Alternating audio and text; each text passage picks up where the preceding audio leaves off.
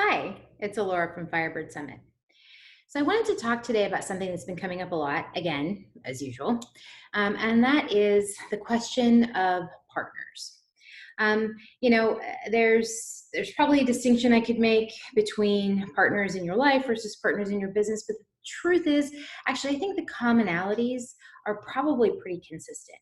And as I've gotten older and I've started recognizing, my own patterns, my own preferences, and things like that, I've started realizing that as I kind of work through the process of understanding what I'm looking for and understanding whether or not someone's the right fit, it actually is kind of a universally applicable process, almost no matter what the actual role in my life is.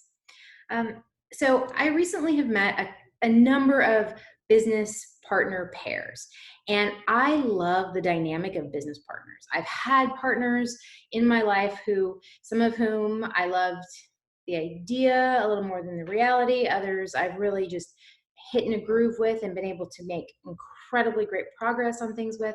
And so for me, the question of what makes a good partnership is a really fundamental question to both myself as well as kind of my questions about business in general and what businesses fail and which ones succeed and some of the whys that go into that. So I love watching the dynamics of partners.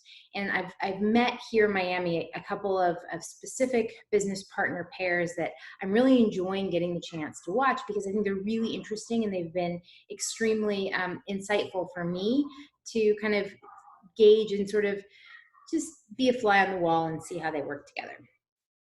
So in my own life, I've come to probably five main kind of criteria that I think are super important when it comes to understanding whether or not someone makes a good partner and whether or not we are really well suited to be able to forge ahead with a business partnership.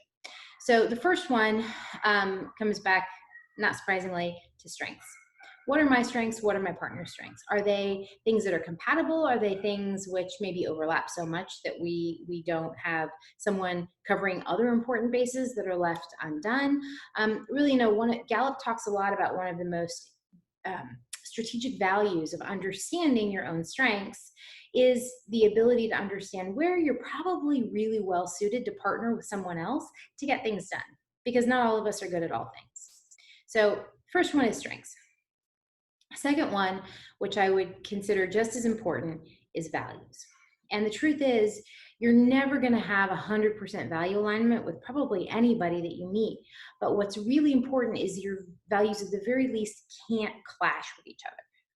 You cannot value, you know, environmental harmony and have a business partner whose number one value is making money at all costs, even if that means fracking and polluting, and actually expect to have any kind of lasting partnership. So your values don't have to be identical, but they can't conflict at the very least. I think the next place that comes up for me a lot personally, as well as in the partners I see and the teams that I work with, is really around the idea of priorities. What are your priorities in the life that you want to build, in the business that you want to build? We like to talk in terms like there's not enough time, but the truth is we make time for our priorities. If your priority is to pick your kids up at school, then you will make that something that you fit into your day. And you have to have a partner whose priorities are both compatible, but also things you can respect. As someone who doesn't have kids, I might not have the same priorities, but I need to respect that that is a priority for my partner. And that's super, super important. Another big area that I think is super important is really, what are you passionate about? I think a lot of times this becomes a big anchor, and I think people rally around it without looking at some of the other factors. So I think it's important, but I don't think it is the most important, and I don't think it's the only thing that's important. But it does have to matter. You have to be willing to both double down and put in work and the time around things that you care about. And if one of you cares about something over there and the other one cares about something over there, you're not going to get down the same path together. I think the last thing, and I think this is super important, and this is the thing that comes more with time and experience than almost anything else, and that is a compatible working style. I have struggled at times wanting to work with someone who I loved spending time with and I really enjoyed, but our working styles were so fundamentally incompatible that we ended up frustrating each other when it was actually time to get work done. Finding people who can be as organized or not as you need to be, who are comparable in how they manage time, who are committed to the same kind of quality of deliverables. All of those things are very important to understand and develop an affinity with each other and how you work in order to actually be able to forge a successful partnership. That last one for me has been one of the hardest because there are so many brilliant, exciting, dynamic, charismatic entrepreneurs that I love spending time with.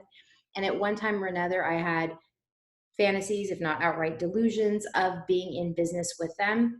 But one of the things that I have had to learn is what I need from my business partners when it comes to working style. Now, the truth is, I need to understand things about their strengths and I need to understand what they're passionate about and what their values are as well, in order just to have that bond. But the truth is, we can still be friends even if we only agree on those other friends. If the working style piece doesn't work together, then the question of whether or not we have any real chance of successfully being business partners has to be asked. In my experience, what I've discovered is that is the last piece of this puzzle that has to fit. And if it doesn't, guess what? You can be great friends, skip on the regular business partner thing. Maybe occasionally you find an opportunity to collaborate on a project, but in terms of long-term business building partnerships, that last piece has to work. Otherwise, all of those other pieces don't matter. So I have been having such a great time here in Miami watching some of these new business partners, some of whom are really young, some of whom are on multiple ventures, together.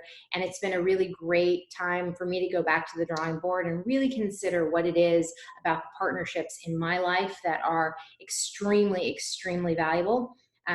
My hope is that by next week's video, I'll have some news on this front with at least one of my partners, but the rest of them are all people that I have come to learn that I can work with, and our values, priorities, goals all align, and our strengths are super, super compatible.